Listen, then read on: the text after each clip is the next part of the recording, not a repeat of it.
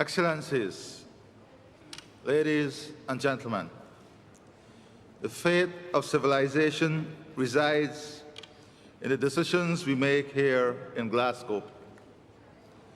The climate issue and crisis has given us an ultimatum. Either we take immediate and drastic action or subject ourselves to an infernal global disaster. Indifference and inaction will be costly. Already, we are far behind in limiting temperature rise to 1.5 degrees Celsius. The coming decade, therefore, must be the decade of decisive action. Climate change affects us all, rich, poor, developed, and developing states. But its effects are more severe on the poorest and most vulnerable, especially small island developing states and low-lying coastal states.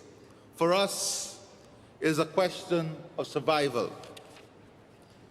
We can use this summit to change the present trajectory. Immediate action is needed on three fronts. First, we must set more ambitious goals to reduce emissions, and we must honor to the letter those ambitions. All countries have an obligation to act, but the world's foremost polluters have a greater duty to institute steeper emissions cut.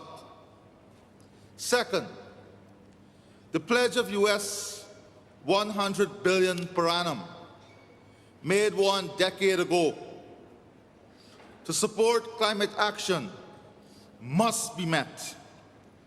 Dishonored pledges are a recipe for disaster. Third, forests constitute a powerful arsenal in the fight against climate change. Forest-rich countries must be provided with the incentives necessary to keep their forests intact and to reduce deforestation and forest degradation. Mindful that deforestation contributes 16% to annual global emissions, and in recognition of the ecosystem and climate services provided by forests, it is imperative that we finalize the rules for carbon markets and REDD+, so as to properly value tropical forests and the climate services which they provide. My country, Guyana, is already playing its part in addressing climate change and will continue to do so. We'll maintain our forests, almost the size of England and Scotland combined, storing 20 gigatons of carbon as a global asset. We'll work with local communities in conserving, protecting, and sustainably managing our forests, biodiversity, and fresh water supplies. We'll decouple economic growth and emissions through a progressively cleaner energy mix with the aim of reducing our carbon emissions by 70% by 2030.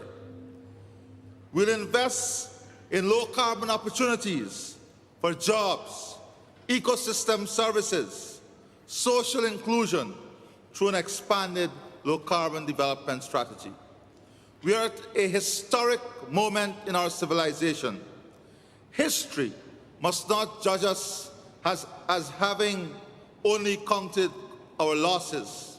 It must instead herald our effort to confront one of our planet's greatest threats, climate change.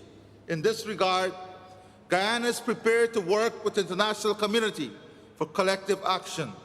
We support the position of CARICOM and are aligned with the Alliance for Small Island States, AOSIS, the Community of Latin America and Caribbean States, CELAC, the Letitia Pact, the Dhaka Glasgow Declaration, and the Glasgow's Glasgow Leaders' Declaration on Forests and Land Use, among others.